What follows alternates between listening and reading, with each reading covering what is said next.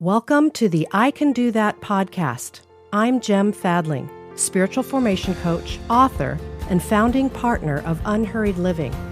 With 30 years experience in spiritual formation, I help people grow by combining grounded optimism with practical spirituality. This effective dynamic will guide you onto the path of discernment so that you can transform your hopes into habits. Each episode, I'll share one practical idea with one simple takeaway. Together, we'll grow at the pace of transformation, and you'll move into your day saying to yourself, I can do that.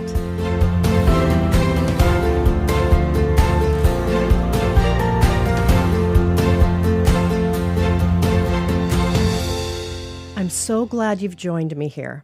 I really encourage you to go back and listen to the trailer and the first 3 episodes. They lay the foundation for what we're doing, and I think you'll find them very helpful as we begin our journey together. Now let's dig in. Without question, there is one spiritual practice that has been the most central to my soul's formation. In fact, I've been engaging this practice for over half my life, and I've not experienced it the same way twice. Here at Unhurried Living, we call this Unhurried Time with God, but it's classically known as solitude and silence. I realize the term solitude and silence might sound a little daunting or even intimidating, but really, it's simply a matter of setting aside some extended time of maybe 1 or more hours to place yourself into attentive, receptive mode in God's presence. It's a time to remind yourself that you are a human being and not a human doing. But mostly, it's a time to be open to God's love and care. Now, next week, I'll offer part 2 of this conversation so I can share with you the nuts and bolts of how you might engage Unhurried Time with God.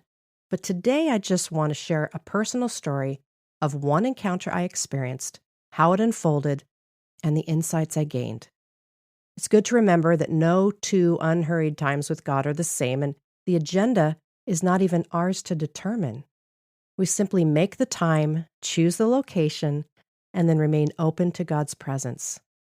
This is simply one story of many that I could tell where I did just that.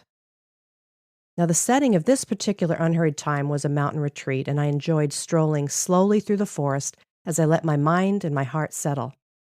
It rained that morning, so the lovely aroma of fresh, washed nature hung in the air. I noticed a small acorn on the ground.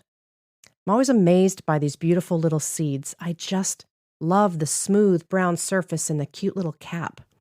It's amazing to me that an oak tree grows from something so small. And as I held it in my hand, I sensed the Spirit saying, this little one has the power to grow an oak tree, and you have the power within to do what's next. Now, as I continued walking, I came upon a large pine cone. It had opened, it released its seeds, and now it was hard and brittle. Its next stage would obviously be decay. And again, I heard an inner whisper, you'll have to open up to release the seeds of new growth. How might you open up today? Next, I encountered a giant pine tree, and right in front of it was a large stump. It was all that remained of an even larger tree. The stump was the perfect height for a nice sitting stool, so I sat for a bit. And then this thought emerged. Whether you feel like a large, mighty pine, or you feel like you've been cut down to a stump, there is actually grace for the next leg of your process. How might you embrace where you are?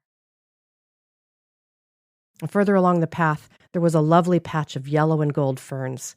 I love the colors of fall, so I simply paused and I just enjoyed the beauty.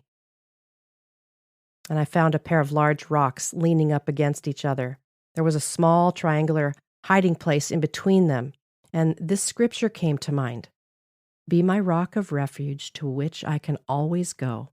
Give the command to save me, for you are my rock and my fortress. And so I just noticed it and I soaked a bit in the image of the safety. Finally, I arrived at another large rock and I could sit on it, and I enjoyed the expansive view. I spent the rest of the time soaking in the beauty while a light mist fell from the sky, and I just took deep breaths and I prayed. Later, while journaling my experience, I created a bullet list of the main themes received from God through nature. Here's a little summary. The seeds of something great are planted within you. Open and release to grow.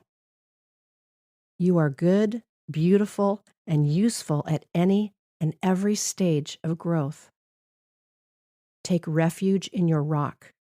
You are always welcome in the hidden place. Sit, ponder, be, experience, rest. It's okay.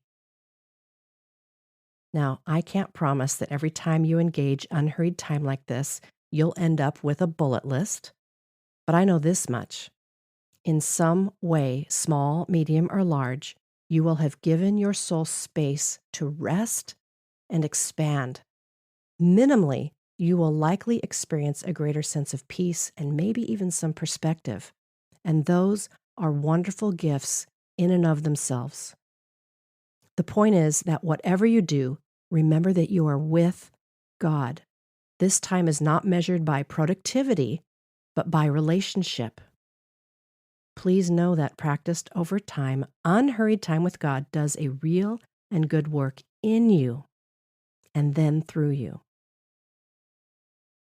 Well, here's our I Can Do That for this week. I'm going to read my bullet list one more time. I want you to listen for one that stands out to you. Write it down somewhere, take it to heart, and see what God might have for you in it this week. The seeds of something great are planted within you. Open to release and grow. You are beautiful and useful at any stage. Take refuge in your rock. You are always welcome in the hidden place. Sit, ponder, be, experience, rest. It's okay. Remember, you are making your way forward one small, simple, and gracious step at a time. If you love what you just heard, please follow, rate, and review this podcast. This helps more people find us, and I really appreciate your help. You can also text this episode to a friend so they can join you on this journey. Together, let's move at the pace of grace and grow at the pace of transformation. If you'd like to connect with me and Unhurried Living further, I invite you to sign up for Unhurried Daily. For 40 days, we'll send you a brief daily email that will serve as a touch point for an unhurried inner pace. It's just a few sentences with a practical question, prayer, or tip. So sign up now on our website at unhurriedliving.com.